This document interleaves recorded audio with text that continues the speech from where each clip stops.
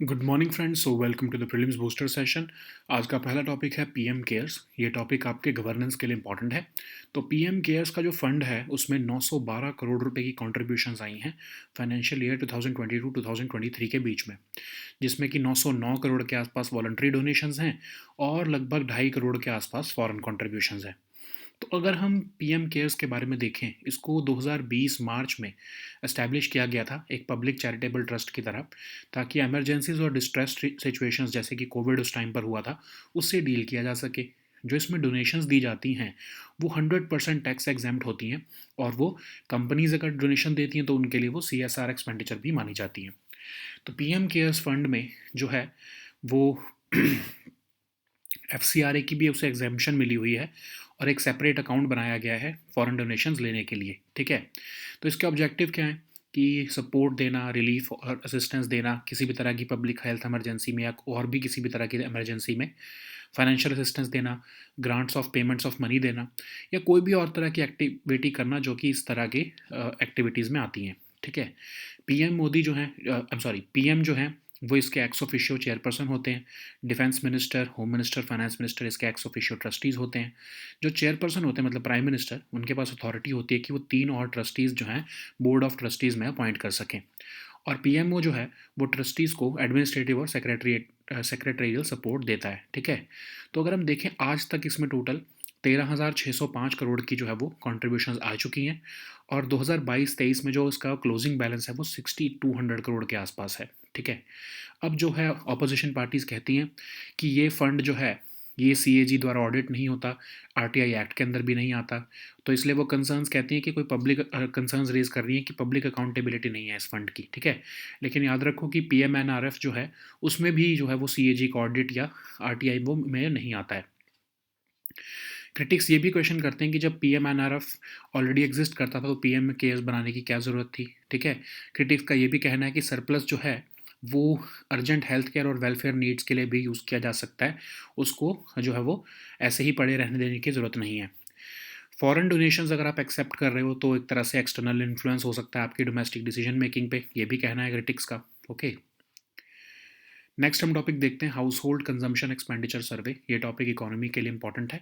तो house hold consumption expenditure सर्वे 2023-24 जो है वो हमें क्रूशियल इंसाइट्स दे रहा है कंजम्पशन पैटर्न्स पर, इनइक्वालिटी पर और रीजनल वेरिएशंस पर। ये रिपोर्ट हाईलाइट कर रही है सिग्निफिकेंट रिवर्सल, डेकेड लॉन्ग जो डिक्लाइन देखने को मिला था शेयर ऑफ फूड एक्सपेंडिचर में बोथ रूरल और अर्बन हाउस होल्ड्स का, वो हमें एक तरह से रिवर्सल देखने को मिल रहा है। इस बार क्या हुआ है कि पर कैपिटा जो आपका फूड एक्सपेंडिचर है वो 3.5% बढ़ा है इन रियल टर्म्स। ठीक है, तो ये सर्वे होता क्या है, ये ministry of statistics and programme implementation conduct करती है ताकि इंफॉर्मेशन कंडक्ट जो है वो ली जा सके कंजम्पशन और एक्सपेंडिचर के ऊपर हाउस होल्ड्स की, जो कि वो गुड्स और सर्विसेज पर करते हैं। ठीक है, तो ये डेटा जो है हमारे को इकोनॉमिक वेलबींग के ट्रेंड्स को असेस करने में हेल्प करता है। ठीक है, डेटा जो कलेक्ट किया जाता है उसके थ्रू ही हम पॉवर्टी को, इनइक्वालिटी को, सोशल एक्सक्लूजन को मेजर कर सकते हैं। तो अगर हम इस सर्वे के डेटा के हाइलाइट्स देखें तो शेयर ऑफ फूड एक्सपेंडिचर जो है वो इंक्रीज़ हुआ है, और स्लाइट राइज देखने को मिला है उसमें। और ये हुआ क्यों है, क्योंकि जो है हायर हायर फूड प्राइजेस देखने को मिले हैं पिछले कुछ साल में। ठीक है, और जो डिफरेंस था एवरेज मंथली कंजम्पशन एक्सपेंडिचर का बिटवीन रूरल और अर्बन एरियाज़ का या हाउस होल्ड्स का, वो नैरो डाउन हुआ है। ये गैप हमें जो है दिखा रहा है, इंडिकेट कर रहा है strong growth in rural consumption spending. ठीक है, एमपीसीई जो कि मंथली कंजम्पशन एक्सपेंडिचर होता है डेटा, वो भी जो है वो इंक्रीज़ हुआ है अर्बन एरियाज़ में भी और रूरल एरियाज़ में भी। अब इनकम के डिस्ट्रीब्यूशन और स्पेंडिंग के ट्रेंड्स अगर हम देखें तो डिक्लाइन देखने को मिला है टॉप 5% जो रूरल और अर्बन हाउस होल्ड्स हैं उनकी स्पेंडिंग में, लेकिन सिग्निफिकेंट इंक्रीज देखने को मिला है बॉटम 5% में। ठीक है, रूरल और अर्बन एरियाज दोनों में। ठीक है, मतलब जो गरीब लोग हैं वो ज़्यादा जो है वो खर्चा कर रहे हैं एज़ कम्पेयर टू जो टॉप 5% है। जो ग्वीनी कोएफिशिएंट है जो कि हमारी मेजर करता है इनइक्वालिटी को, वो दिखा रहा है कि वो रिड्यूस हुआ है, कंजम्पशन इक्वालिटी जो है वो रिड्यूस हुई है। ओके, अगर हम सेक्टोरल वाइज देखें इसकी डिस्ट्रीब्यूशन, तो जो सीरियल्स हैं उसके ऊपर रूरल और अर्बन दोनों ही हाउस होल्ड्स ने खर्चा ज़्यादा किया है। हाईएस्ट शेयर लेकिन जो है बीवरेजेस और प्रोसेस्ड फूड्स पर है, जो कि हमारे लिए एक हेल्थ कंसर्न बन सकता है फ्यूचर में। ठीक है, चाहे वो रूरल हो चाहे अर्बन हो, वो प्रोसेस्ड फूड्स पर ज़्यादा खर्चा कर रहे हैं। नॉन फूड आइटम्स में अगर हम खर्चा देखें तो रूरल एरियाज़ में जो है वो कन्वेंस, मेडिकल एक्सपेंसेस और क्लोथिंग पर सबसे ज़्यादा खर्चा हो रहा है, और अर्बन एरियाज़ में रेंट, एंटरटेनमेंट और ड्यूरेबल गुड्स पर सबसे ज़्यादा खर्चा हो रहा है। राजस्थान एक ऐसी एक्सेप्शन स्टेट है जहाँ पर रूरल स्पेंडिंग हाई है लेकिन अर्बन स्पेंडिंग लो है as compare to the national average. Okay, तो ये हमारे को शिफ्ट दिखा रहा है कंजम्पशन पैटर्न्स में, ये डेटा हमें। ओके, नेक्स्ट हम टॉपिक देखते हैं जिज्ञासा प्रोग्राम। ये टॉपिक आपके सोशल इश्यूज और गवर्नेंस दोनों के लिए इंपॉर्टेंट है। तो recently scientific aptitude assessment exercise जो कि CSIR के अंदर होती है, जिज्ञासा प्रोग्राम, उसे ऑनलाइन कंडक्ट किया गया है। जिज्ञासा प्रोग्राम को 2017 में CSIR ने लॉन्च किया था। इसको हम CSIR जिज्ञासा प्रोग्राम भी कहते हैं। ये क्यूरोसिटी और साइंटिफिक टेम्परामेंट प्रमोट करने के लिए ये प्रोग्राम कंडक्ट किया जाता है as part of scientific social responsibility. Objective इसका है कि एक क्लासरूम लर्निंग जो होती है उसको एक्सटेंड करके रिसर्च लेबोरेटरी बेस्ड लर्निंग की जा सके स्कूल स्टूडेंट्स के लिए, और क्वालिटी जो है और वैल्यू एडेड रिसर्च नॉलेज के साथ लाई जा सके। ठीक है, टारगेट ऑडियंस जो है वर्चुअल लैब प्लेटफॉर्म की वो है स्टूडेंट्स जो कि क्लास 6 से क्लास 12 तक के स्टैंडर्ड्स के बीच में काम पढ़ रहे हैं। ओके, नेक्स्ट हम टॉपिक देखते हैं रियल इफेक्टिव एक्सचेंज रेट। ये टॉपिक इकोनॉमी के लिए इंपॉर्टेंट है। RBI की जो रीसेंट रिपोर्ट है रुपी के रियल इफेक्टिव एक्सचेंज रेट पर, उसको रिलीज़ किया गया है। और अब हम समझते हैं कि नॉमिनल इफेक्टिव एक्सचेंज रेट और रियल इफेक्टिव एक्सचेंज रेट क्या होता है और इनमें क्या डिफरेंस है। तो जो नॉमिनल रेट है वो बेसिकली आपकी वेटेड एवरेज होती है करेंसी के बायलैटरल एक्सचेंज रेट्स। अगर हम कंपेयर करें कुछ करेंसीज के साथ हमारे इंडियन रुपी को, तो उससे नॉमिनल इफेक्टिव एक्सचेंज रेट हमें पता लगता है। ठीक है, तो इससे हमें ये पता लगता है कि नॉमिनल स्ट्रेंथ क्या है कंट्री की, लेकिन इसको हम एडजस्ट नहीं करते हैं इन्फ्लेशन या फिर प्राइस लेवल डिफरेंसेस के साथ। तो इसलिए जो रियल इफेक्टिव एक्सचेंज रेट है वो थोड़ा इंप्रूवमेंट होता है नीर के ऊपर, क्योंकि उसमें हम प्राइस लेवल या फिर इन्फ्लेशन को एडजस्ट करते हैं। क्योंकि उसका फॉर्मूला क्या होता है, नीर is multiplied by domestic price index divided by foreign price index. तो एक तरह से ये परचेजिंग पावर पैरिटी से जो है इसको हमने एडजस्ट किया होता है, जो कि हमारी मेजर ऑफ कॉम्पिटिटिवनेस होती है। तो अभी तक तो क्या था कि हम पहले सिर्फ 6 major currencies $, euro, Japanese yen, British pound, Chinese yuan और सिंगापुर डॉलर को के साथ ही इंडियन रुपी को कंपेयर करके नीर बनाते थे। लेकिन अब उसमें हमने 36 करेंसीज जो है वो टोटल ऐड कर दी हैं। ठीक है, कौन से फैक्टर्स इन्फ्लुएंस कर सकते हैं नीर और रीर को, जैसे हमारा जो ट्रेड हो रहा है, टर्म्स ऑफ ट्रेड जो बैलेंस ऑफ एक्सपोर्ट्स और इंपोर्ट्स है, अगर हायर इन्फ्लेशन है तो भी करेंसी की वैल्यू जो है वो इरोड हो रही है। ठीक है, हमारी फिजिकल स्पेंडिंग भी है, उसके ऊपर उसका भी इम्पैक्ट आता है एक्सचेंज रेट के डायनामिक्स के ऊपर। तो जो अपडेट अगर हम देखें तो RBI ने बताया है कि रुपी की जो रियल इफेक्टिव एक्सचेंज रेट है वो 108.14 पहुंच चुकी है, जो कि पिछले 107.20 से ज़्यादा है। ठीक है, ये आज तक का हाईएस्ट लेवल है। तो अब आपको ये समझना पड़ेगा कि 100 से ऊपर कोई भी रीर की अगर वैल्यू होती है तो इसका मतलब क्या होता है कि रुपी जो है वो ओवर वैल्यूड है, उसको डेप्रिशिएट करने की ज़रूरत है। ठीक है, अदरवाइज आपकी एक्सपोर्ट कॉम्पिटिटिवनेस जो है वो रिड्यूस हो जाएगी। ठीक है, तो मतलब चाहे आपको देखने में लग रहा हो कि जो इंडिया का रुपी है वो डॉलर के प्रति अच्छा से जो है वो परफॉर्म नहीं कर रहा है, बट अगर हम ग्लोबल डायनामिक्स देखें, ग्लोबल इकोनॉमी में देखें, तो जो इंडियन रुपी है वो अभी भी ओवर वैल्यूड है, उसको अभी भी डेप्रिशिएट करने की ज़रूरत है, उसे और गिरने की ज़रूरत है, तभी हमारी जो एक्सपोर्ट कॉम्पिटिटिवनेस है वो सही हो पाएगी। डॉलर जो है वो एक्चुअली बहुत ज़्यादा अच्छा परफॉर्म कर रहा है, या फिर डॉलर जो है वो बहुत ज़्यादा जो है वो रुपी के मुताबिक या फिर बाकी करेंसीज के मुताबिक जो है वो परफॉर्म कर रहा है। इसका मतलब ये नहीं है कि इंडियन रुपी जो है वो डेप्रिशिएट हो रहा है, एक्चुअली जो है डॉलर एप्रिशिएट हो रहा है, जो कि उनके लिए ही खराब है। ठीक है, जो यूएस की इकोनॉमी के लिए ही खराब है। ओके, नेक्स्ट हम टॉपिक देखते हैं नेशनल रेनफेड एरिया अथॉरिटी। ये टॉपिक भी गवर्नेंस के लिए इंपॉर्टेंट है। तो नेशनल रेनफेड एरिया अथॉरिटी जो है उन्होंने कोलैबोरेट किया है रिवाइटलाइजिंग रेनफेड एग्रीकल्चर नेटवर्क और वसन के साथ एक multi stakeholder convention organise करने के लिए न्यू दिल्ली में। तो नेशनल रेनफेड एरिया अथॉरिटी जो है एक एक्सपर्ट बॉडी है नॉलेज देती है, ये इनपुट्स देती है रिगार्डिंग सिस्टमैटिक अपग्रेडेशन और मैनेजमेंट ऑफ कंट्री के जो ड्राई लैंड या रेनफेड एग्रीकल्चर होता है। इसके जो गवर्निंग बोर्ड होता है वो union minister of agriculture chair करते हैं और उसको को चेयर करते हैं union minister of rural development. अब इसमें कुछ इसके एग्जीक्यूटिव बोर्ड भी होता है जिसके अंदर की, या एग्जीक्यूटिव कमेटी भी होती है जिसके अंदर की टेक्निकल एक्सपर्ट्स होते हैं। एग्जीक्यूटिव कमेटी जो है हेडेड होती है एक full time chief executive officer द्वारा, और सीईओ जो है वो उनको 5 फुल टाइम टेक्निकल एक्सपर्ट्स भी सपोर्ट करते हैं। तो इसका मैंडेट क्या है? Water conservation. दूसरा है लैंडलेस और मार्जिनल फार्मर्स के इश्यूज को भी एड्रेस करना। ओके, नेक्स्ट हम टॉपिक देखते हैं कैनरी आइलैंड्स माइग्रेशन अथॉरिटी। ये टॉपिक आपके इंटरनेशनल रिलेशंस के लिए इंपॉर्टेंट है। तो लगभग 10,000 माइग्रेंट्स की डेथ हुई है 2024 में, जो कि स्पेन में पहुंचना चाह रहे थे सी के थ्रू, कैनरी आइलैंड्स के थ्रू। ओके, तो कैनरी आइलैंड्स एक स्पेनिश आर्किपेलागो है जो कि 62 miles west of Morocco located है, और ये यूरोपियन यूनियन के आउटर मोस्ट रीजन्स में से एक है। ठीक है, तो आइलैंड जो है वहाँ पर सब ट्रॉपिकल क्लाइमेट है, लेकिन प्रॉब्लम क्या है वहाँ पर कि कैनरी करंट जो कि एक कोल्ड ओशन करंट है, वो ड्राई क्लाइमेट जो कि आपका सहारा डेजर्ट में देता है, लेकिन वो हज़ार्डस कंडीशंस देता है सी में। तो लोग जब उसको ट्रैवल करके या फिर उसको पास करने की कोशिश करते हैं तो वहाँ पर बहुत ही हज़ार्डस क्लाइमेटिक कंडीशंस होती हैं जिसकी वजह से उनकी डेथ हो जाती है या वो डूब जाते हैं। तो कैनरी आइलैंड्स जो है एक स्टेपिंग स्टोन बनता जा रहा है माइग्रेंट्स के लिए कि वो यूरोप में एंटर कर सके। लेकिन प्रॉब्लम वहाँ पर क्या होती है? स्ट्रॉन्ग ओशन करंट्स हैं, ओवर क्राउडेड या पुअरली इक्विप्ड बोट्स होती हैं, तो वो इन करंट्स को नहीं डील कर पाती हैं। फिर एडवर्स वेदर कंडीशंस भी बन जाती हैं। ठीक है, तो आर्किपेलागो का मतलब क्या होता है? एक क्लस्टर या फिर चेन ऑफ आइलैंड्स जो कि इकट्ठे होते हैं बॉडी ऑफ वाटर में। ठीक है, अब अटलांटिक माइग्रेशन राउट क्या है? अटलांटिक माइग्रेशन राउट वेस्ट अफ्रीका से कैनरी आइलैंड तक का आने का जो है वो राउट है, और ये एक मोस्ट डेंजरस माइग्रेशन राउट ग्लोबली बनता जा रहा है। ओके, नेक्स्ट हम टॉपिक देखते हैं अपर सियांग हाइड्रो पावर प्रोजेक्ट। ये टॉपिक आपके इकोनॉमी के लिए इंपॉर्टेंट है। तो चाइना का जो प्लान है वर्ल्ड के लार्जेस्ट डैम बनाने का, इंडिया भी एक काउंटर प्रोजेक्ट बना रहा है अरुणाचल प्रदेश में, अपर सियांग हाइड्रो पावर प्रोजेक्ट, जो कि एक proposed 11,000 megawatt hydro power plant है। लोकेटेड है सियांग रिवर, जो कि जिसको हम ब्रह्मपुत्रा कहते हैं एक्चुअली, सियांग इसको हम अरुणाचल प्रदेश में कहते हैं, और ये project upper Siang district of Arunachal Pradesh में लोकेटेड है।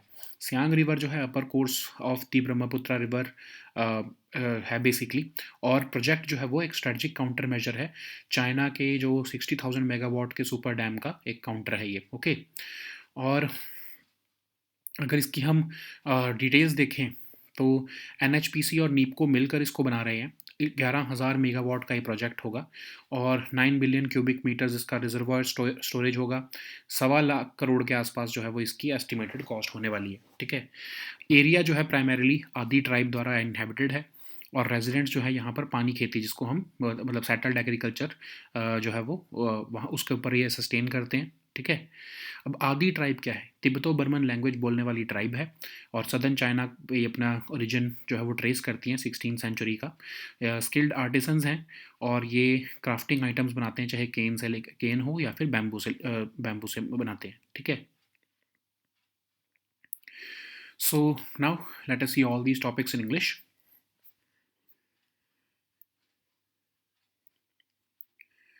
So the first topic is PM Cares. This topic is important for our governance section.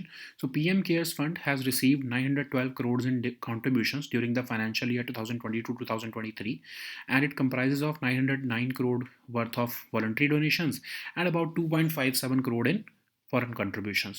So what is this Prime Minister's Citizen Assistance and Relief in Emergency Situations Fund? It was established in March 2020 as a public charitable trust to deal with emergencies or distress situations like the COVID pandemic. Okay, and the donations to this fund are eligible for 100% tax exemption, and even if the companies are making donations to it, then it is qualified for CSR expenditure as well. Okay, so PM Care Fund has also got exemption under the FCRA, and it has a separate account for receiving foreign donations. Okay, so what is the objective of this PM Cares? It is meant to undertake and support relief or assistance of any kind relating to public health emergency or any other kind of emergency. It also renders financial assistance, provides grants to the in the form of payments of money to take as any steps which are necessary for the uh, for assisting the affected population. It also undertakes any other activity which is not inconsistent with the above objects. Okay, Prime Minister serves as the ex officio chairperson. So it is not just PM Modi is the chairperson. Any future Prime Minister would be the chairperson also, which means the ex officio post. Okay, and the Defense Minister, Home Minister, and Finance Minister will be the ex officio trustees. Chairperson of the Board of Trustees, that is the Prime Minister, has the authority to appoint 3 more trustees to the Board of Trustees, and any trustee appointed shall serve on a non-profit basis. He will not get any salary or anything. PMO provides the trustees with administrative and secretarial support also. So the total contributions which have been received as of now to this fund is 13,605 crore rupees, and the fund has a closing balance as of now for of about 6284 crore rupees. But there has been criticism of this PM Cares Fund.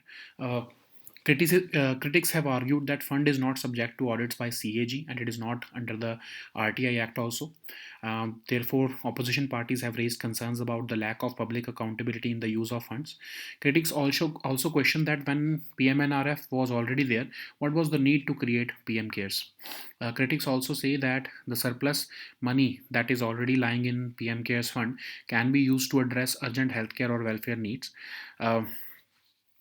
Foreign donations which are being accepted by PM Cares has the potential to influence domestic decision making. This is also being said by critics. Okay. So the next topic is household consumption expenditure survey. This topic is important for your economy section. So household consumption expenditure survey provides for this year provides crucial insights into the consumption patterns, inequality, and regional variations.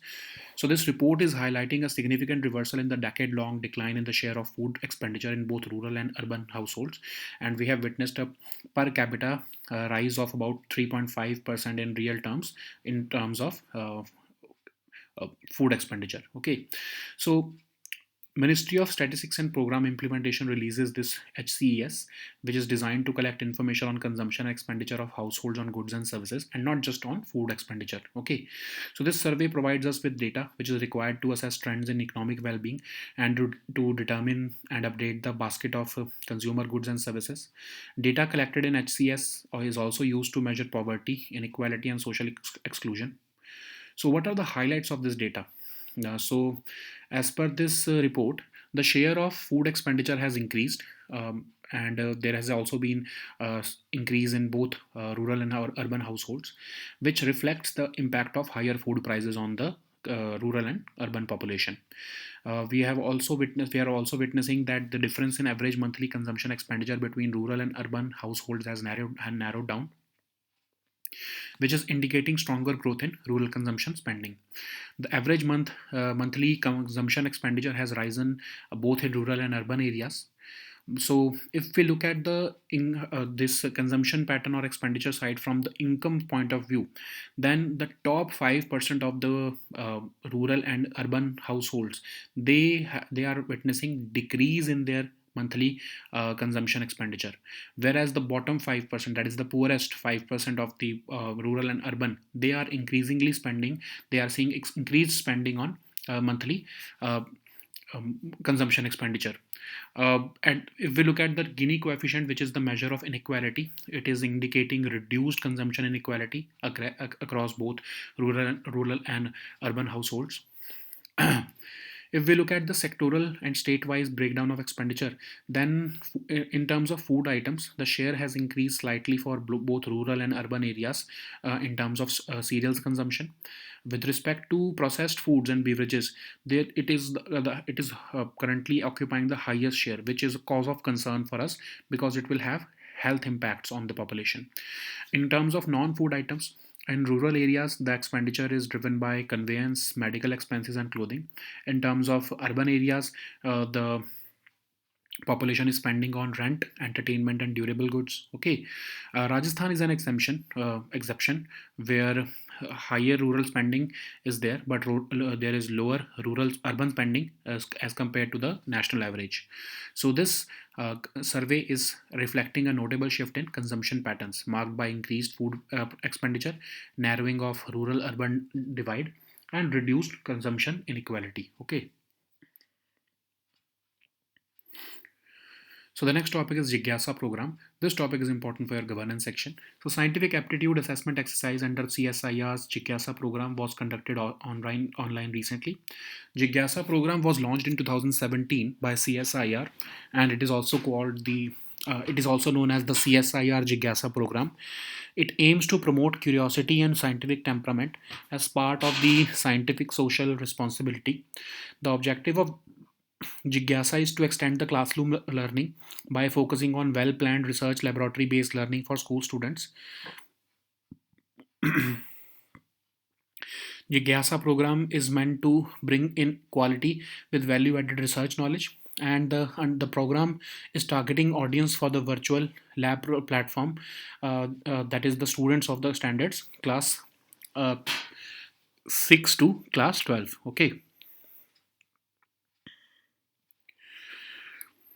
So the next topic is real effective exchange rate. This topic is important for our economy section. So RBI has recently released a report on the rupees real effective exchange rate.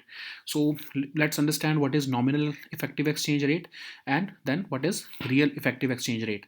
So NEER basically is the weighted average of a currency's bilateral exchange rates with multiple trading partner currencies, which basically reflects the nominal strength of a currency. But remember that it is not adjusted for inflation or price level differences. So that's why REER is an improvement over NEER, because it is adjusted for relative price levels, that is inflation between domestic and foreign economies. Okay, so it is also a purchasing power parity adjusted measure of competitiveness. So that's why REER is a better measure of your currency's performance. Earlier, we were only including about six major currencies, that is US dollar, euro, Japanese yen, British pound, Chinese yuan, and Singapore dollar. But now the indices needed to compare Indian rupee also includes a broader basket of 36 currencies. So how or what factors can influence our NEER and REER? So productivity differences, that is basically the competitiveness and influence of REER values.